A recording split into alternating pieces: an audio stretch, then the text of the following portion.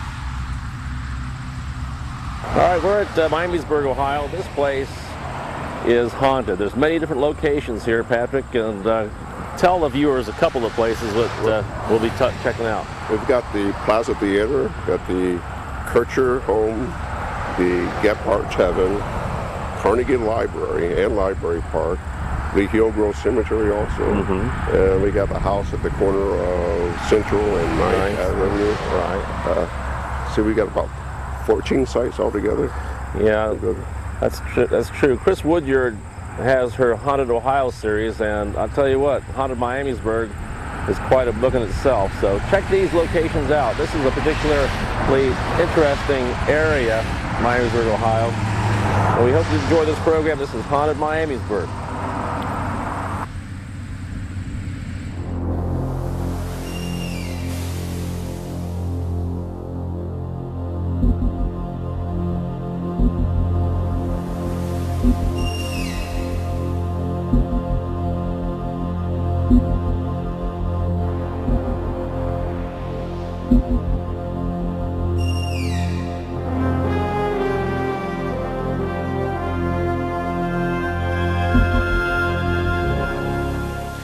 Hello everybody, we're here at the Hillgrove Cemetery in Miamisburg, Ohio. Behind me is the grave of Charles and Leona May. Charles was 28 years old when he was killed in a buggy train accident, and Leona May was only 3. And Patrick, let me turn it over to you. How did all this happen? Well, by the news reports from the paper, the railroad was cited for not sounding the whistle at the cross, and also for traveling too fast through the city of Miamisburg. So there's no gates, no watchmen and no gates, and railroads are supposed to sound their whistle at each crossing and slow down when going through the city. So they're going above the speed limit, and they violated the law by not sounding the whistle when they hit the 2 people. So that was a law then. Yeah. So it's like today there's gates at every crossing and bells and whistles and lights, and there's nothing there. Nothing is. All right, we're going to be joined by, here we are, Mary and Sophie Mahan. Brothers. Mahan. Oh, really? Little May, we brought you a little here. And as you can tell, they're bringing in some presents for Leona May. That's very, very nice. All right, we're here with Sophie Mahan and Mary Mahan. And these 2 ladies are genealogists. They've been doing a lot of family research in the past of their descendants, and they had discovered that their descendants were involved in an accident back in 1899, November 10th. So, and I tell you what, let's let Sophie tell us, see what she has to say about that particular accident that actually killed Charles and Leona May. So, Wydell. Was it Wydell or? Wydell. Wydell. Okay, I'll get that whole All thing wrong. different spellings Right. and pronunciations. Wydell. Okay. All right. Well, we'll talk to Sophie about her experience with Charles Wydell and May Wydell. It's Leona May on the tombstone, but I think in the newspapers they just they say May Wydell. And May is a middle name that apparently was carried throughout the family because we find it in the genealogy, different places. Really? And on the back of the stone, they say Little May, Little May. sleeping Right. in the arms of Short's Short. arms. So it must have been So his they nickname. called her May. Yeah. Okay. Well, tell our viewers what happened to these two. So. Okay, supposedly November 10th, 1899, whether they were visiting relatives, leaving, or whatever, between 10 and 11 a.m., they were attempting to cross the Central Avenue crossing. The train supposedly was traveling too fast. Whether it blew its whistle or not, I don't know.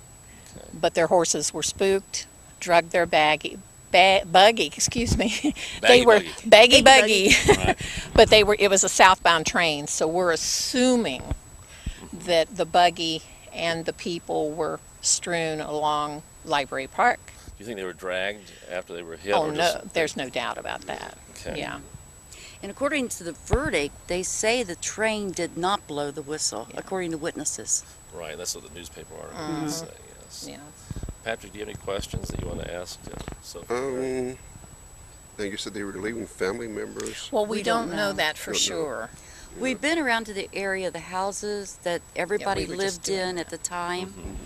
Trying to put together the pieces of the puzzle, it's a little bit difficult to say for sure. Yeah. Hey, have you checked the coroner's records?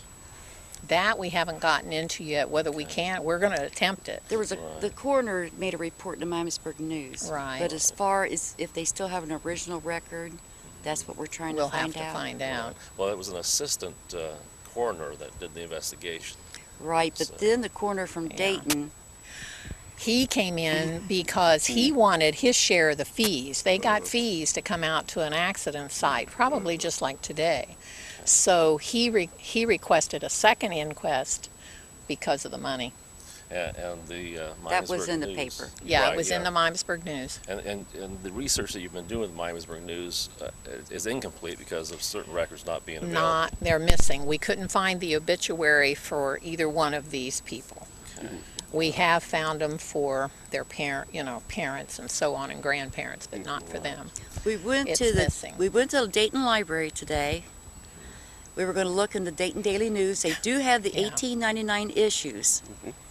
We got there 6 minutes before they closed, So we didn't have time to look. So we're going back in the morning to see if we can find the obituary and article about the accident.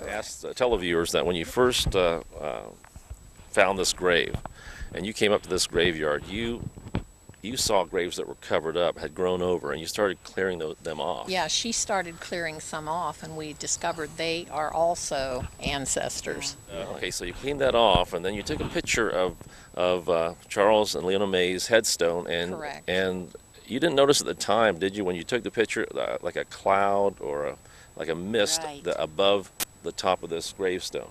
So And what time of day We was didn't that? see it. About about noon. about noon. Yes. Very hot, bright sun. You couldn't see anything. You could look through the viewfinder, but you didn't see anything on the digital camera till later. Yeah. And I took several pictures from the same position and only got one picture with the mist on top of the stone.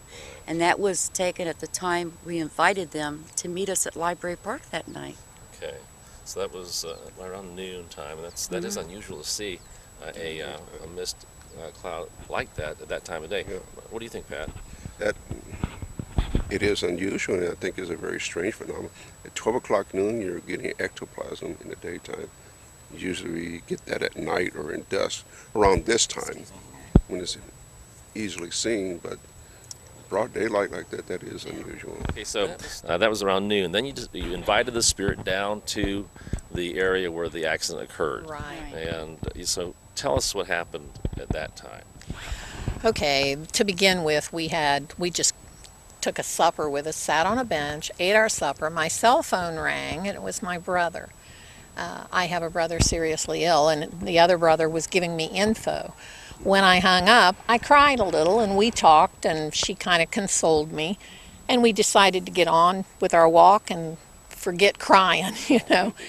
And we walked around. Did we walk around more than once before this happened? Yeah, we walked around twice. Yeah, a couple times.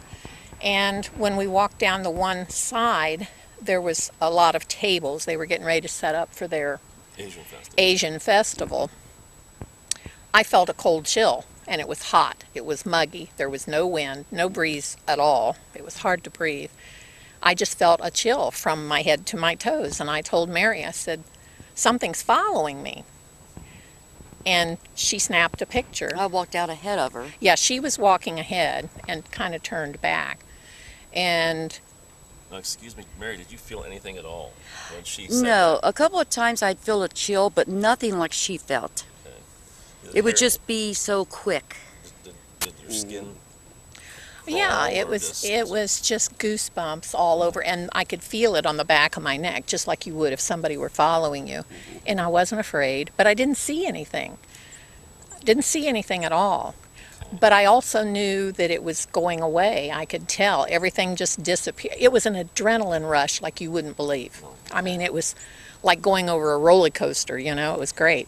Well, you know, when she said someone's following me and I took that picture, you see all of the Yeah, it apparition. was. So, Yeah, and it then was she leaving. said, it's leaving. I snapped another picture and you can see it leave. That it just so parted. that sequence of shots where you take a picture of Sophie and she's not surrounded by anything, it's clear, and then the next shot you can see the ectoplasmic cloud or swirls approaching Sophie, and then the whole cloud actually engulfs her.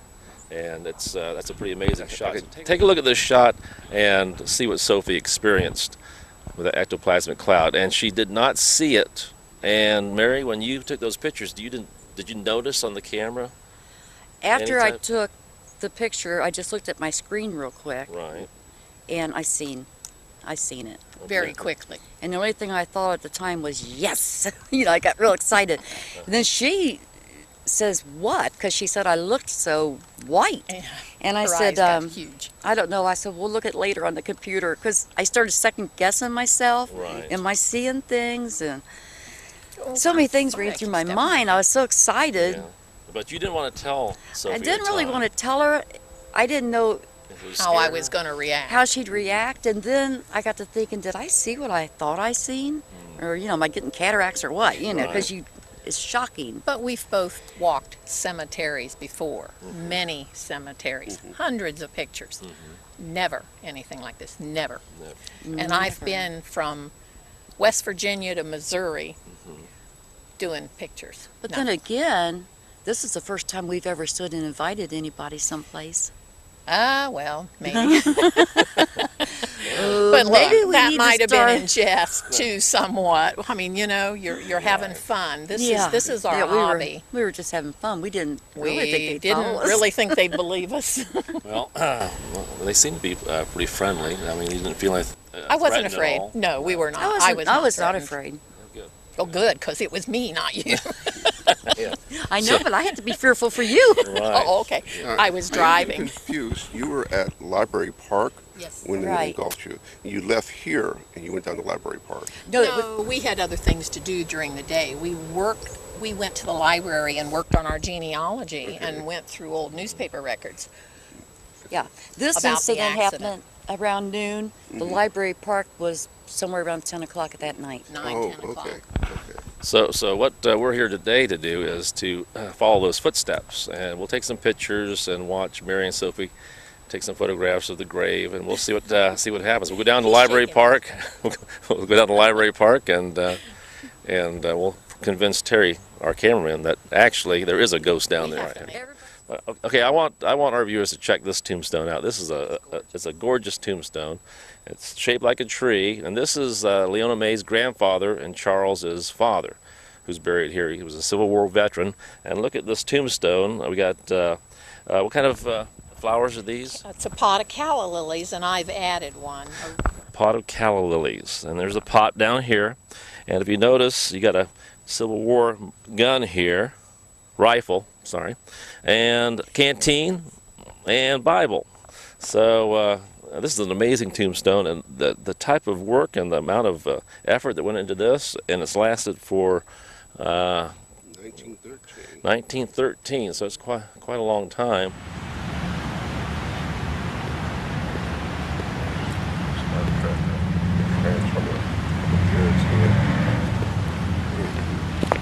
Okay, we're here at the Library Park in Miamisburg, Ohio, and we've been talking to Ken Scarborough about the Carnegie Center here that's built in 1909 and possibly haunted. And this was also the site of a cemetery. And Patrick, what did we hear about that? Simply the place was built here, and they had to move the bodies out to Hillgrove and up to the other Highland Cemetery. Highland Cemetery. Yeah, so we got Hillgrove.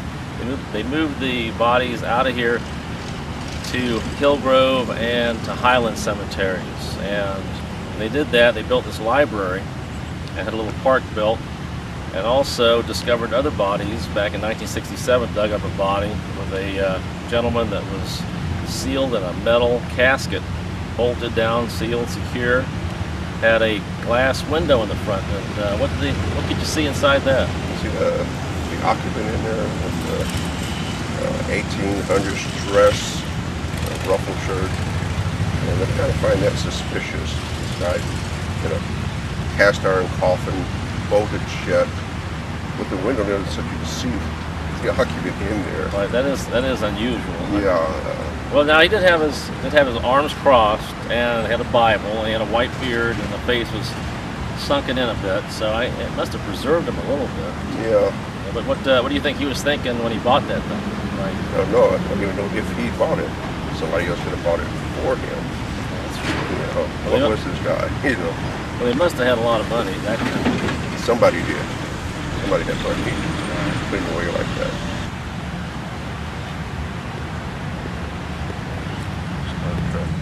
We are here in Library Park with Nita Pettigrew, and you have a story about a certain lady that shows up here at night?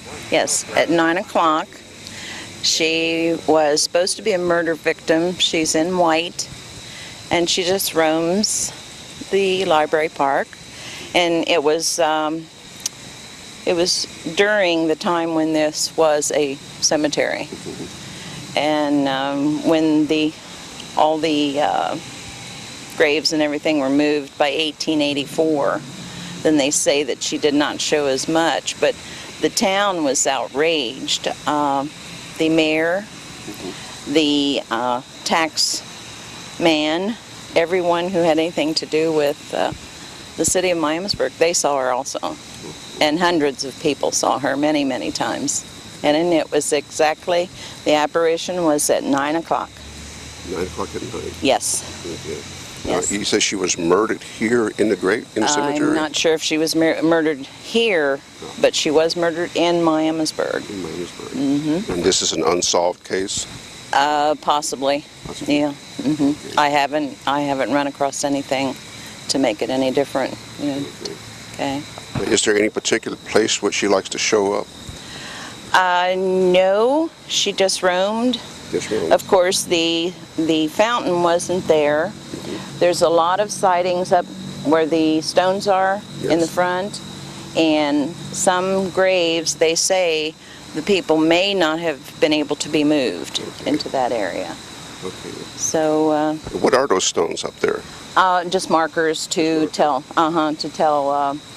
what is here, and it's the history of the library park. So you call her the Lady in White? Yes. Yes. And she was said to be with her hands on her back and sort of leaning forward. I think she was just maybe contemplating as, what happened to me. But I truly believe that there probably is still some bodies that have, that were not able to be moved because of the deterioration We're also, it's possible they could have missed some. We did a program in Troy, Ohio, Yes. where the graves were supposedly moved to put a school there. Yes. And they recently, just this past summer, they were making an addition to the school, and they dug up some remains of bodies there. So it is possible that there are graves that are just missing. Yes. Some unmarked graves that... Yes. Yes, because everything, all the graves were taken from here to Hillgrove. Okay. And have you been in Hillgrove yet? We just left Hillgrove. Okay, did you? Well, we're following Sophie, Yes. Gloria, Yes. and we're trying to recreate their event where they caught some ectoplasm on Yes. pictures. Yes. And we're trying to recreate everything. You see Alex is following them around, and they are repeating everything that they've done. Yes. And we're trying to see if we can catch it on camera also. Yes. Well, I think she showed those to you. Yes. They even gave us some copies. Oh, definitely. There definitely are. In fact, I'm uploading them to the International Ghost Hunter Society so they can give us an opinion on the pictures also. They're anxious to see them. Yes. And I believe they tried to do it with smoke, you know, to see if that would be, you know, and there's no, no. Well, It's exactly what you see. Yes. like, why don't we go over there and join them now? And Well, if they don't mind, they might be. we can kind of hang in the background so we don't disturb them. Okay. We're going to go over here with Sophie and May and see how they're progressing with their picture taking over here. Okay, we are standing in the area where the snapshots of the ectoplasm was taken, and you've gone through your summoning ceremony to try to bring them back, and you're taking a few shots. Well, they try to recreate the series of events that happened before they experienced that phenomenon. And this is the area where this ectoplasmic cloud appeared, and as quickly as it appeared, it disappeared. So, Sophie, did you want to elaborate a little bit on how you felt when that approached you? Well, like I told you, I felt like someone was following me, and as you can see, the park is big and open. There wasn't anyone behind me. I had cold chills from head to toe. I wasn't afraid, but I had an adrenaline rush. That's all you can say. And then, Mary, you walked ahead of her and snapped a series of 3 pictures. Right. And you could see in that series of pictures the entity approaching and actually embracing Sophie. Correct. Right. and then moving off. So take a look at these pictures of Sophie being embraced by this entity, and we believe it's more than one entity. She involved.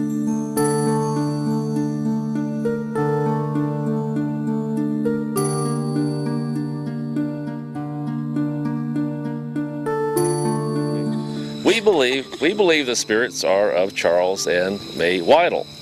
Correct. I got it right. Oh my. All right, Those Pat. are 2 possibilities, but it could also be the lady in white, who has also been seen down here. Correct. That's true. But she always showed herself with the naked eye. Yeah. 9 o'clock. And that's sharp. the other thing. Trust me, At 9 I o'clock. saw we've been down here at nothing. 9 o'clock. Remember, I saw nothing with the naked eye. Okay. And Mary didn't see anything through her camera lens. It was when it came up on the digital that she saw it and wouldn't show it to me because she didn't know what my reaction would be. I was stunned. I mean, I started second guessing myself. I looked at it, I'm like, yes! And We I'm like, stayed up all night. do I have figuring it out. cataracts? Am I seeing something I didn't? So when you were excited when you saw that. Yeah. Yeah, And so- I tried to act just kind of, Now, what series of events have happened since you discovered that entity? Have you had a lot of interest in? Oh, yeah. yeah, a lot of interest. I mean, the kids have asked, and I think I made a lot of believers out of non-believers. Yeah. I haven't told too many people except the family. We've just told our family more or less. So one thing, It hasn't been on Maury Povich or anything yet. Oh, good. one thing Yeah. you didn't recreate tonight was your emotional state.